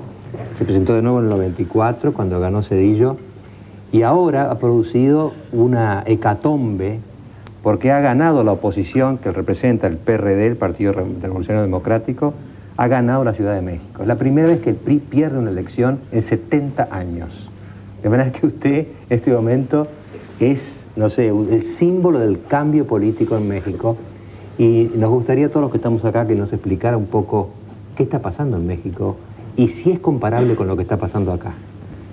Mire, Mariano, no sé si sea comparable o no. Lo que ha pasado en México en esta elección es que una elección local y una elección de Congreso, una elección intermedia, se convirtió de hecho en una elección nacional. Y se puso en juego, bueno, el juicio del electorado sobre la política nacional. Lo que logramos como resultado fue que en la Cámara de Diputados ya no haya una mayoría absoluta, que deje de funcionar, por lo tanto, la consigna presidencial sobre la mayoría de la Cámara y, por lo tanto, que automáticamente se aprueben las leyes, cualquiera que sea la discusión. Vamos a tener una verdadera vida parlamentaria y vamos a lograr algo que está en la Constitución desde hace mucho tiempo y que no se había cumplido, que es la separación de poderes. Este es quizá el gran cambio que se está logrando en México a partir de que una elección en la capital atrajo la atención del país y permitió que se diera una votación mayoritariamente contraria, aun cuando dividida en varios partidos, al partido oficial. Una última pregunta, ingeniero, de carácter general, porque evidentemente el mundo en los años 80 fue thatcherista, digamos, ¿no? Por todos lados. Hubo ajuste económico acá, hubo ajuste económico en Inglaterra, hubo ajuste económico en México, hubo ajuste económico por todos lados. Y ahora parece venir un signo distinto. Tony Blair en Inglaterra, Jospin en Francia, usted en México. Acá se constituye una alianza que podrá ganar o, no, o perder. Es un cambio en los tiempos. Y fíjese que el dilema que hemos discutido esta noche acá, ¿hasta dónde hay continuidad del ajuste anterior? ¿O hasta dónde cambia el signo económico? También lo tienen en México. Sí, de nuevo seguimos siendo nosotros. ¿Cómo? Nosotros estamos demandando que el Estado recupere sus responsabilidades de carácter social. Este es el caso de México. Yo no toco el caso argentino, pero nosotros estamos demandando que el Estado recupere sus responsabilidades sociales porque no entendemos a un Estado mexicano ausente de esfuerzos e ignorando la miseria, ignorando el desempleo, ignorando el que se deteriore el medio ambiente, en fin, ignorando todo lo que en realidad preocupa a la sociedad. También se plantea a ustedes el tema de que hay parte de la política económica que van a tener que continuar, ¿o no? Yo considero que sin romper nuestras bases constitucionales, que nadie lo está planteando, se pueden poner en práctica políticas económicas que tengan contenido social, que es lo que no ha hecho hasta este momento el gobierno, o no han hecho, mejor dicho, los últimos gobiernos en México. Bueno, yo la segunda parte del programa la tenía pensada así, como pienso que ahora la oposición tiene que presentar propuestas, y el tema que tenemos esta noche es San Cayetano, porque allí hay, me dicen, cerca de 1 millón de personas. ¿Usted los contó? No. No. Bueno, mire que hay muchos que van a agradecer el trabajo. Bueno, no, te digo que hay muchos. No estamos en contacto con ellos. Esta es nueva, esta es novísima. Sí, sí. No, fíjense en los Están 1 millón de personas agradeciendo que le han dado trabajo. No sé si hay 1 millón de personas también. No, dicen, yo escuché el noticiero. Yo escuché el noticiero de esta noche. No estamos en contacto con ellos. Mucha. Y bueno, y entonces vamos a hacer lo siguiente. Tenemos otra mesa de debates, también ahora de la Alianza y del Gobierno, sobre si se puede o no se puede acelerar la lucha contra la desocupación, que va bajando muy despacito, si se la puede acelerar. Estamos en contacto con San Cayetano, tenemos gente allí y tenemos una mesa de discusión donde hay gente del Gobierno y gente de la oposición. Ya lo vemos.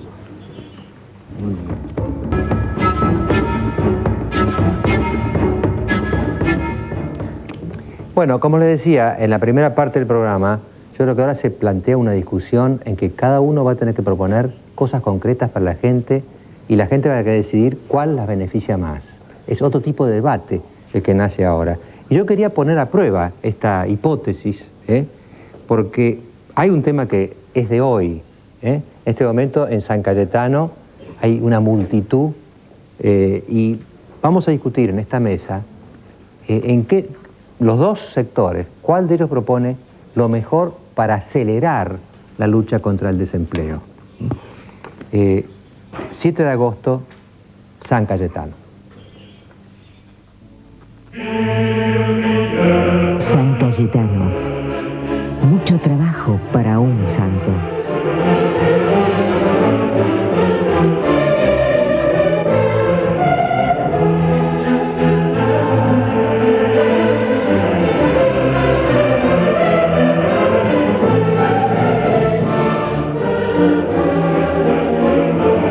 Cristo espera y nadie se mueve.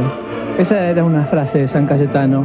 Lo que sí se mueve es la cola, aquí, hoy, en San Cayetano, donde todos vienen a pedir algo, trabajo, dignidad. Sí, estoy trabajando, gracias a Dios.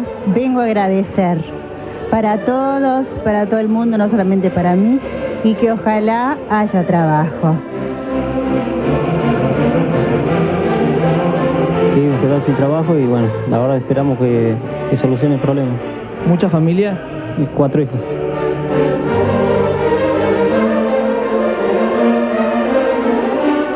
Y venimos a agradecer y a pedir trabajo, salud. Estamos ya hace 15 días, ¿no? Que estamos del 23 que estamos. Que venimos a pedir acá a San Cayetano y pienso que vamos a conseguir.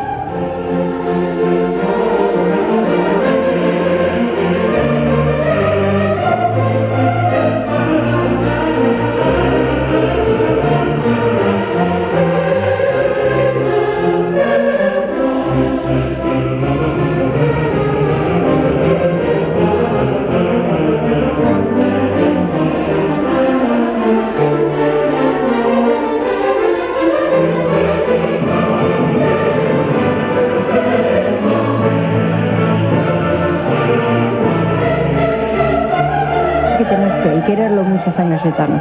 Él no te desampara, para nada. Tengo mucha fe.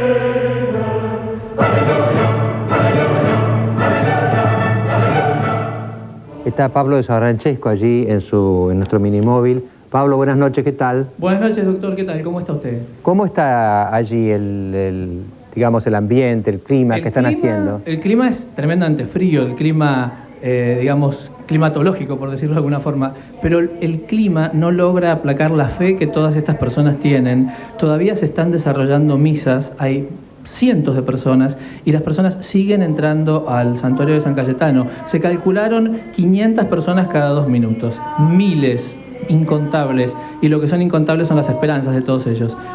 Olga, ¿cuáles son sus esperanzas y por qué vino?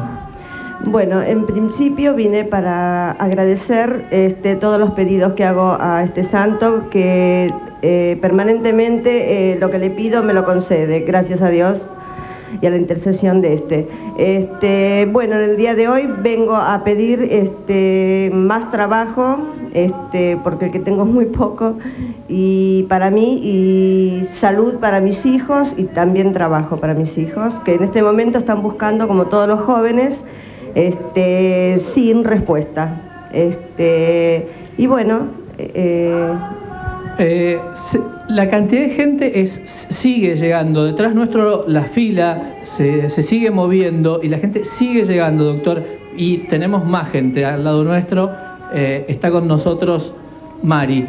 Mari, cuéntenos un poquito su caso, su historia. ¿Vino a agradecer o a pedir? Yo vine a pedir. Buenas noches, doctor. Buenas noches. Bueno, yo vine a pedir porque trabajo en una empresa que la semana pasada despidieron bastante personal. Y bueno, a mí no me despidieron, yo todavía tengo trabajo, pero como están las cosas, seguramente también a mí me va a llegar el telegrama. Y aparte porque lo que uno siente, está muy indignado uno con todo esto que está sucediendo, porque uno pierde la dignidad. ¿no es cierto? Como persona se siente muy mal, porque no pasa por tener ganas de trabajar o no. Los testimonios son miles, no solamente personas como Olga o Mari, que están, bueno, promediando su edad cerca del fin tal vez, o mucho más difícil de conseguir trabajo, pero para los jóvenes tampoco es fácil, nos lo decían recién. Nahuel, contanos, ¿vos viniste a pedir, agradecer o simplemente porque la esperanza también te lleva a venir acá? No, porque la esperanza me lleva acá, aparte, bueno, vengo a agradecer porque tengo trabajo y vengo también a pedir por los que no tienen. ¿Y el trabajo que tenés ahora te costó mucho conseguirlo? ¿Como joven te sentís gratificado? La verdad que me siento gratificado y bueno, me costó, la verdad que me costó. Pero bueno, vengo a pedir, dar gracias porque tengo trabajo, salud y bueno, a pedir por los que no tienen. Sí, gracias Pablo, si se queda ahí, nos quedamos acá. Vamos a aprovechar el último momento. Mucho frío, pero también. Mucho calor humano. La gente desayuda, hay un poco siempre de mate cocido, algo caliente, y la gente con niños, gente grande, de todas las edades. Seguimos acá. Gracias Pablo. Bueno, como yo les digo, el debate que yo planteo esta noche sobre el desempleo es, en el 95, en el año 95 había 18 puntos de desempleo. En el 96, 17, ahora hay 16. A este ritmo tardamos 11 años en llegar a 5, que es lo normal en los países que no tienen alto desempleo. Lo que yo les propongo a la mesa es que me digan cómo aceleramos este proceso de reempleo de los argentinos. En 30 segundos el debate. Querida, ¿el sobre de siembra que dejé por acá? Recién lo vi, ¿no estaba por acá? Yo le pregunté a papi que era esta carta que le mandaron. Me dijo que era de siembra. ¿Qué? Siembra son los señores que le guardan la plata hasta que él no trabaje más y después se lo van dando para que le haga lo que quiera. ¿Qué hacemos con la plata que estamos ahorrando? ¿Y si le compramos un pelito? Disfrute de su presente. Por su futuro trabaja Siembra AFJP, su compañía para toda la vida. Bueno, no sé quién quiere empezar. Acá tenemos 2 justicialistas, 2 aliancistas y tenemos también a Miguel Santín, que de alguna manera encarna el problema del desempleo. Usted estuvo en nuestro programa la otra vez. Sí, y de alguna manera quisiera expresarme que si estoy, digamos, en el lado de la oposición, lo hago desde el cristianismo, ¿no? Desde mi militancia cristiana, que viene muy al tema esto de San Cayetano para lo que es el cristianismo, ¿no? Yo pensaba lo siguiente, ser cristiano y estar con Dios y ser libre es tener la posibilidad de elegir. Me remontaba a San Cayetano, que elige, ¿no? En esa época elige San Cayetano hospitales, elige San Cayetano hospitales para prostitutas, hospitales para infecciosos, y elige un banco contra la usura y un banco para dar y generar trabajo y optar por la vida, ¿no? Del otro lado estaban los que elegían comerciar con los sacramentos, ¿no? Y con las indulgencias. Esto genera o vida o estructuras de pecado. Desde San Cayetano genera vida curando gente, genera vida dando trabajo. Desde el comercio con los sacramentos genera muerte, ¿no? La tenemos hoy mismo en Irlanda, en la guerra con protestantes, porque esto da lugar al protestantismo, y genera muerte en esa estructura de pecado. Genera muerte en Irlanda, católicos versus protestantes. Es un absurdo total. Eso si yo lo traigo a hoy, veo que la falta de trabajo no genera vida, sino que genera estructuras de pecado. O sea, un hogar que hoy no tiene trabajo, recibe un chico el castigo, y no sé en qué va a desencadenar y en qué va a terminar esto, ¿no? De ese chico que hoy es castigado, o de alguien que quiere matarse porque no tiene trabajo.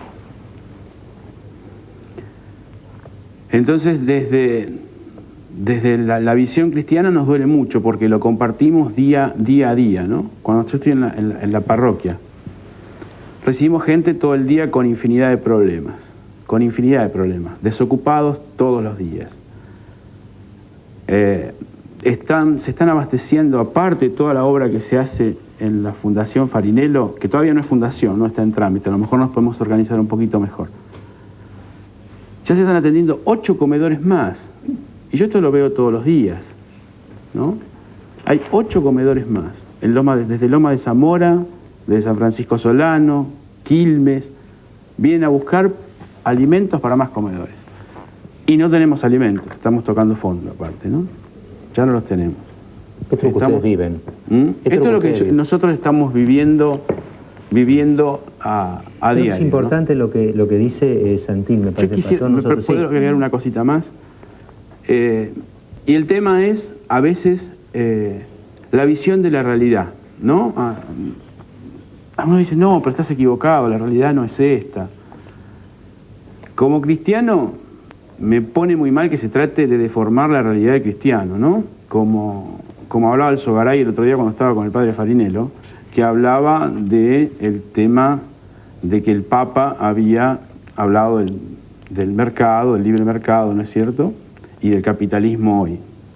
Yo creo que al señor Sogaray no leyó los puntos 43, 46 y 54 de la Centésimos Annus, que es la que trata este tema. Esos puntos se los pasó por alto, ¿no?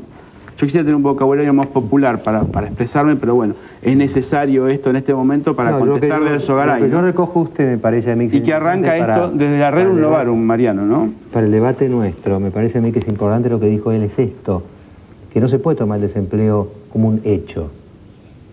Me parece a mí, es como una especie de desgracia, las inundaciones o la sequía, sino que responde a opciones. Hay la libertad de optar y de hacer las cosas mejor o hacerlas peor. Es decir, somos seres racionales y podemos actuar. Y como decía Santín, podemos elegir. O elegir no actuar, o elegir actuar con eficacia, ¿no? Yo, diputado Mondino, si me permite, primero, digamos, una observación, no porque no coincide en parte con lo que decía Santín, sino que digo, por ahí la visión que él tiene cristiana hace como que ver que no se puede ser oficialista y cristiano a la vez. Que digo, yo soy...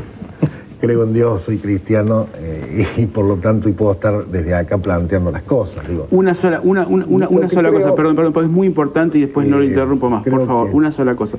Yo a veces lo escucho al presidente Menem que dice, yo creo en Dios y le tengo miedo a Dios y de Dios para abajo a nadie, ¿no? Y la misa y la Eucaristía es la gente. Cristo en cada uno de nosotros. Cristo en cada uno de nosotros. Entonces, si no tenemos miedo a lo que hagamos con el hermano y lo que le pasa al hermano, ¿cuál es ese Dios del que habla Menem? Está bien, bueno, no voy a contestar por Menem, digamos, en última instancia. Lo que digo haciendo esta aclaración, yo creo que nosotros tenemos que plantearnos básicamente que el problema del desempleo es un problema no resuelto en Argentina. Y que me parece que tiene dos cuestiones desde donde verlo, desde donde tener una visión. Una, estrictamente social. El desempleo genera un problema estrictamente social y lo acrecienta. Y desde la otra óptica, las soluciones de fondo están desde el punto de vista económico, las soluciones estructurales y el problema. Es decir, que es un problema que está en el medio de las dos cuestiones. Resolverlo, no voy a decir nada novedoso, no es un mecanismo sencillo. Creo que nosotros tenemos una cuestión muy importante. En los últimos tiempos, lo que usted observaba, doctor Rondón, es decir, hemos detenido una tendencia irreversible que venía ampliando a sectores importantes en el desempleo. Pero después tenemos otro problema, que es la contención social. Y digo, y este es un problema porque creo que los argentinos, por lo menos la dirigencia en general, no hemos estado adecuados a tener este tipo de problemas sociales. Hemos estado más con una Argentina de pleno empleo durante mucho tiempo a tener un problema social estructural, que era horizontal. Y hoy nos encontramos, por eso yo digo que este es un problema central y de Estado, con un problema que yo diría que es vertical, porque el desempleo como fenómeno social no afecta solamente a una base, sino que, digamos, de manera vertical, toma a distintos sectores de la comunidad. ¿Cómo abordar este problema? Esta es la gran discusión de fondo en el tema social. Porque hemos estado acostumbrados, y todos en la Argentina, a resolver siempre desde esta visión horizontal de la pobreza. Usted lo que quiere decir, diputado Mondino, la visión horizontal es que antes los problemas eran de un nivel social para abajo. Exacto. Y ahora cruzan a la clase media y cruzan a diferentes sectores sociales. Exacto. A partir de ahí las respuestas son distintas. No se puede dar respuesta con los mismos mecanismos que usamos tradicionalmente. Por eso creo que es un problema que excede inclusive a un mecanismo de gobierno, es un problema de Estado. Que la política del desempleo, que tiene que ver con la política social, es importante, difícil en estas circunstancias, pero se tiene que convertir rápidamente en una política tan fuerte en su momento como fue estabilizar la democracia, digamos, el sistema. Tan fuerte como hoy vemos que es la política económica. La política social y de desempleo tienen que formar parte de esas políticas de Estado donde por encima de las diferencias nos encuentre buscando soluciones. Sin plantearla como una política central de Estado va a ser muy difícil en el corto tiempo resolver estructuralmente el desempleo. Podemos crear una red de contención social, que digamos, esto puede, el gobierno ha avanzado, los gobiernos provinciales avanzan, en provincias en algunas le va muy bien, en otras tienen dificultades, pero tiende permanentemente a crearse la red de contención social. Ahora, el problema estructural comienza a resolverse a partir de que sea una política de Estado, que nos involucre a todos. Ya lo vemos.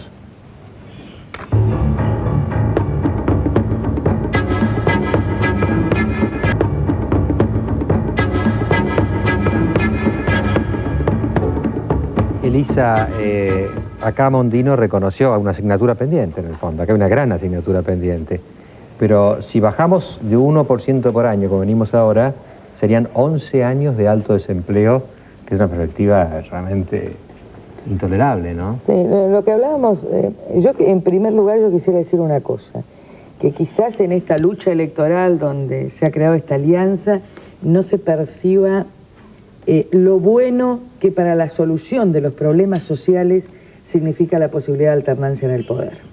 Porque que Mondino hoy esté hablando de políticas de Estado significa que el Congreso puede empezar a dialogar con el gobierno y que la oposición puede dialogar con el gobierno para encontrar realmente esa líder. Porque esto mejora a la oposición pero mejora al gobierno. Y quiero decir algo, da poder a los diputados del oficialismo. No sé si lo van a reconocer acá, pero es cierto. Cuando debatíamos la cuestión social en el Congreso, yo sentí el vaciamiento más absoluto del campo político. El quiebre del oficialismo de no poder dar ninguna respuesta, salvo alguna concentración de políticas sociales. Una parálisis. Porque el gobierno no le daba prácticamente ningún margen para la resolución de la política social y yo veía los rostros desencajados y quebrados del oficialismo y la impotencia de la oposición. La impotencia de la oposición en el no diálogo.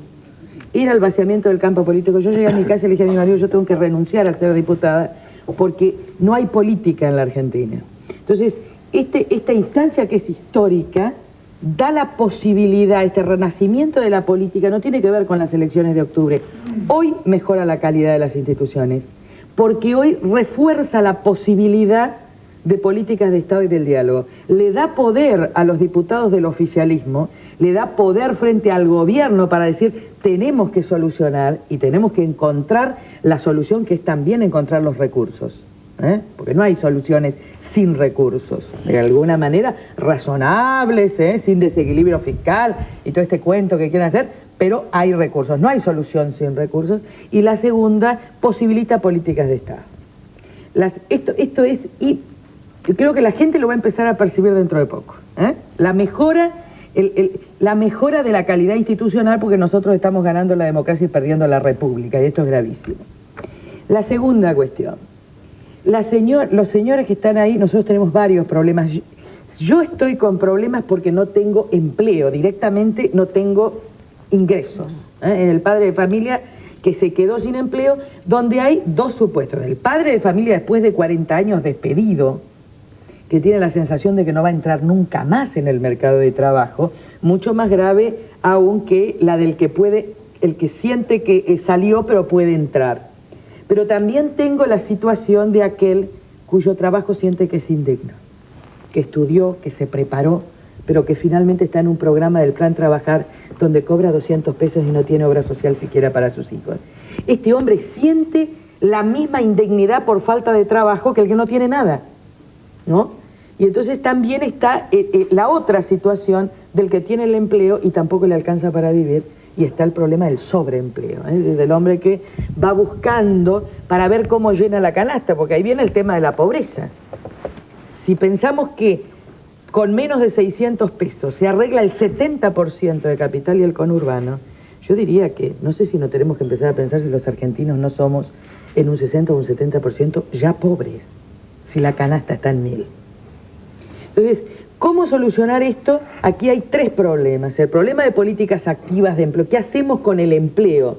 Yo creo que se puede activar el tema del empleo, es decir, de este punto que puede ir bajando por año, según lo que te dicen los estudios, con políticas activas que vayan dirigidas a los sectores que generan empleo. Nosotros, la Alianza ha presentado un proyecto sobre activación, por ejemplo, programas de promoción de la pequeña y mediana empresa genera empleo. Programas de promoción de la industria de los servicios genera empleo, es decir, promover las actividades económicas que generan empleo. Pero esto tampoco va a solucionar la cuestión, la gente está muriendo de hambre hoy. Entonces, creo que en esto no hay contención social, creo que esto ha sido una imprevisión de Cavallo en el plan de convertibilidad, de no prever que la falta de política monetaria, la falta de maniobrabilidad en política de cambio y política monetaria nos iba a llevar a una desocupación estructural y que hay que pensar en fondos y en recursos para un fondo de desempleo en serio, por lo menos para los jefes y las jefas de familia. Acá no es posible decir, esperemos 10 años. Y a la gente decirle, miren, no es una indignidad no tener empleo, porque usted no tiene la culpa de no tener empleo. Finalmente hay problemas macroeconómicos, hay problemas estructurales, pero yo lo que necesito es que la gente sepa que no se tiene que sentir culpable. Porque la gente que además que no tener empleo se siente culpable por no tener empleo, por la vieja historia del que no trabaja, es un vago. Y la tercera cuestión, que creo que tiene que ver con los niveles de ingresos, es o la Argentina resuelve su problema de distribución del ingreso o acá no hay política. Acá Camdesús, yo quisiera leer algo, porque todo el mundo, Boque Fernández nos dice crecemos. Es cierto, crecemos. Y este crecimiento ha permitido la rebaja de la desocupación y yo lo aplaudo. Ahora, el crecimiento es un presupuesto del desarrollo, pero no es el desarrollo. Este efecto derrame no lo dice un subversivo, lo dice Vito Tanzi. Dice, quien pensó que creciendo solamente se solucionan los problemas de desigualdad, cambie de idea. Entonces, el problema es que crecer no es solucionar el problema de la distribución del ingreso. Y el problema de la distribución del ingreso es lisa y llanamente que el 10% más rico del país se está quedando con el 37% de la riqueza del país y que el 10% más pobre se está quedando cada vez con menos porcentaje. Esta es la pobreza del señor que tiene 200 pesos y es arquitecto. Esta es la pobreza de la clase media que no le alcanza para pagar los servicios. Acá hay gente que se está enriqueciendo a costa de la pobreza de los sectores medios y los sectores pobres. Y esto, al no tener política monetaria y al no tener política de cambio, está bien que esté así, estamos en el dilema del prisionero, digo, en la convertibilidad estamos mal y de la convertibilidad no podemos salir, porque yo tampoco, digamos que vengamos a aplaudir todo, porque en realidad estamos encerrados. Esto hay que decirlo, nadie es irrazonable, pero estamos encerrados. Si no tenemos política monetaria y política de cambio, lo único que tenemos es empezar a hablar de distribución del ingreso en términos de política tributaria. Acá hay que empezar a hablar de política tributaria. El Fondo Monetario Internacional no prohíbe hablar de política, de política tributaria. El Banco Mundial no lo prohíbe. ¿Saben quién lo prohíbe? Los intereses particulares que han penetrado el Estado argentino. Y tampoco se puede hablar de administración tributaria. ¿Qué pasa con el ingreso, la recaudación de ganancias? ¿Cómo es posible que Burundi tenga el 2,9 y nosotros tengamos un punto menos de ingreso a las ganancias?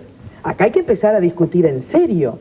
Acá hay gente que se está muriendo de hambre porque no hay recursos para fondos de desempleo, por ejemplo, de jefes y jefes de familia, o para el fondo, el ingreso ciudadano de la niñez que nosotros planteamos como el supuesto de la educación y de la apuesta transgeneracional al futuro, porque acá hay gente que no paga impuestos. Entonces, finalmente digo, tenemos que generar estos proyectos legislativos, están las condiciones políticas para que se haga, están los proyectos de ustedes, felizmente tienen más poder las instituciones, y bueno, finalmente o resolvemos la distribución del ingreso o no vamos a poder sostener la democracia. Ya volvemos.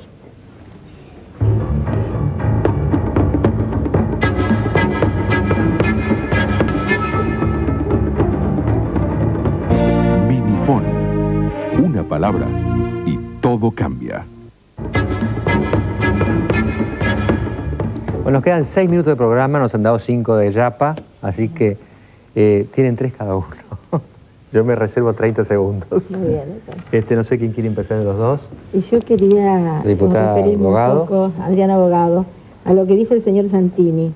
Yo creo que son sabias las palabras de él y son sabias las palabras y la actitud de la gente de ir a la iglesia ante esta desesperanza y ante esta angustia de la falta de trabajo. Porque en realidad el que mejor habla de trabajo en el mundo es el Papa, cuando dice que el trabajo es importante porque es parte del hombre.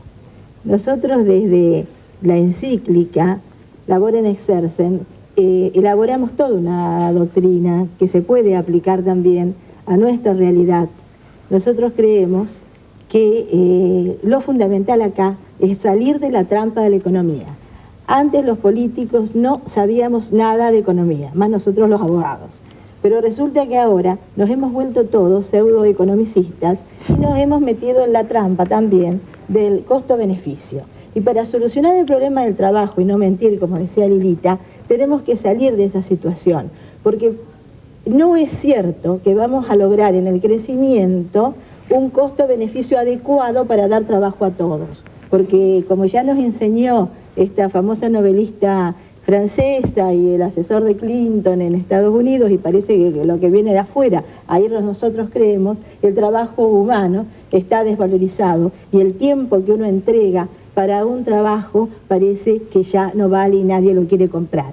Y sobre la angustia y la depresión de la que hablaba mi colega y norteña también es cierto que nosotros debemos proveerle a la gente no solamente un subsidio de desocupación, sino con ese dinero la posibilidad de que esa persona se exprese en el campo cultural.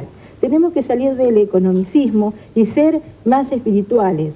Yo creo que en este momento, y sabemos que de pan vive el hombre, pero también vive de espíritu, en este momento de transición, eso es lo que nosotros necesitamos.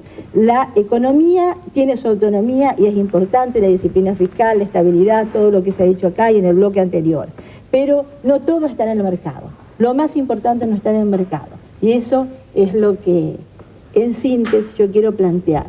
Tengo también una propuesta de las economías regionales, pero ya no me da el tiempo y espero que otra vez me invite mi querido profesor. Muy bien. Eduardo Bustelo, sus 3 minutos.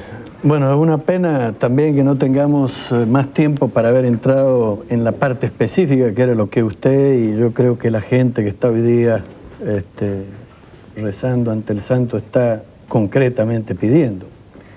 Yo iba a hacer algunas reflexiones sobre cómo enmarcamos esto, no hay tiempo. Quería responder a su pregunta, ¿se podría haber hecho de otra manera? ¿Se podría haber evitado esto? Y la tercera, aunque sea mencionar un trabajo de propuestas concretas que hemos elaborado para responder aquí y ahora a los problemas de la gente. Una observación y una pequeña reflexión. Nosotros venimos también de la lectura de la Constitución Conciliar Gaudium et Spes, hemos leído Solicitudo Rei Socialis y hemos leído Centesimus Annus, y si hay algo que compartimos por la Iglesia es la opción preferencial por los pobres.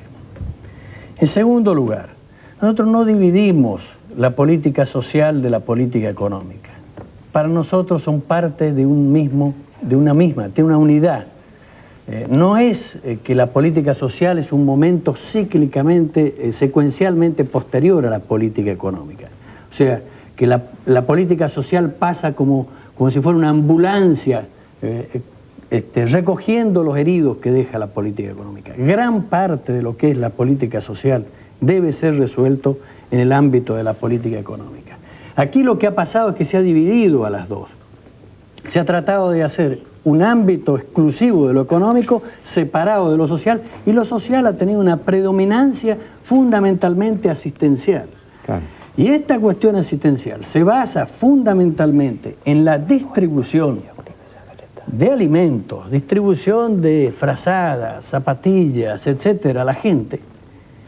Y el problema más perverso de esto es que se hace creer a la gente, ¿no es cierto?, que se le hace un favor cuando esto le corresponde por derecho. Esta es la reflexión. ¿Se podría haber hecho algo diferente? Sí, se podría haber hecho algo diferente. Estábamos poblados a principios de 1990 de discusiones en el ámbito de la economía y de la política social de diferentes maneras de canalizar el ajuste estructural. Yo mismo, presidiendo una organización humanitaria, en la primera semana de asunción del presidente Menem fui a Olivos y le entregué este libro que nosotros preparamos. Ajuste con rostro humano. Ajuste con rostro humano. Y le aclaramos al presidente que había muchas maneras de hacer el ajuste y que había algunas maneras en el sufrimiento humano, la deprivación, el dolor y la falta de oportunidades de empleo podría haber sido evitado. Que el costo, el tremendo costo social de este ajuste podría haber sido evitado. Y finalmente, ¿tenemos propuestas concretas? Sí, hay propuestas concretas. Nosotros hemos presentado un compacto social, que es una compactación de lo que ya hay, sin necesidad de hacer más impuestos ni nada. El Estado gasta 18 puntos del Producto Bruto Interno en gastos sociales. Esto es una barbaridad. Esto puede ser optimizado, sí. Hemos propuesto la optimización. 54 programas tiene la Secretaría de Desarrollo Social, 90 subprogramas. Hemos tratado de compactar eso en un programa de empleo mínimo para generar para llegar con un objetivo a 600.000 familias, un programa para darle cierta unidad y convergencia a las tremendas intervenciones nutricionales que tiene el país, un programa para la tercera edad, un reordenamiento de la política de vivienda y la última parte que es la presentación de un banco de desarrollo social, un banco de segundo piso, en donde hay una serie de ideas innovativas, incluso la posibilidad de implementar una tarjeta social, una carta social como un cartón de crédito, en fin, toda una serie de ideas. Lamentablemente no tengo tiempo de explicarlas, pero estas cosas son cosas concretas. No hemos tomado el trabajo de estudiar todos los programas que tiene el gobierno, sus asignaciones presupuestarias. Hemos hecho una evaluación de hecho y hemos hecho una propuesta de reasignación de estos recursos. Me despido diciéndole lo siguiente. La política es un medio. Hoy, en el programa de hoy, hemos visto que vuelve la política. Con la alianza opositora hay una lucha más reñida, dos alternativas equivalentes, y usted tiene más derechos de opción que los que tenía el sábado anterior. Pero todo esto tiene que ser al servicio de los ciudadanos. Esto es un medio. Los que estuvieron primero, los que están acá, son medios. Y esta noche en San Cayetano, yo creo que estamos viendo que esos medios todavía están lejos de cumplir su deber. La política vuelve y está en deuda. Hasta el jueves.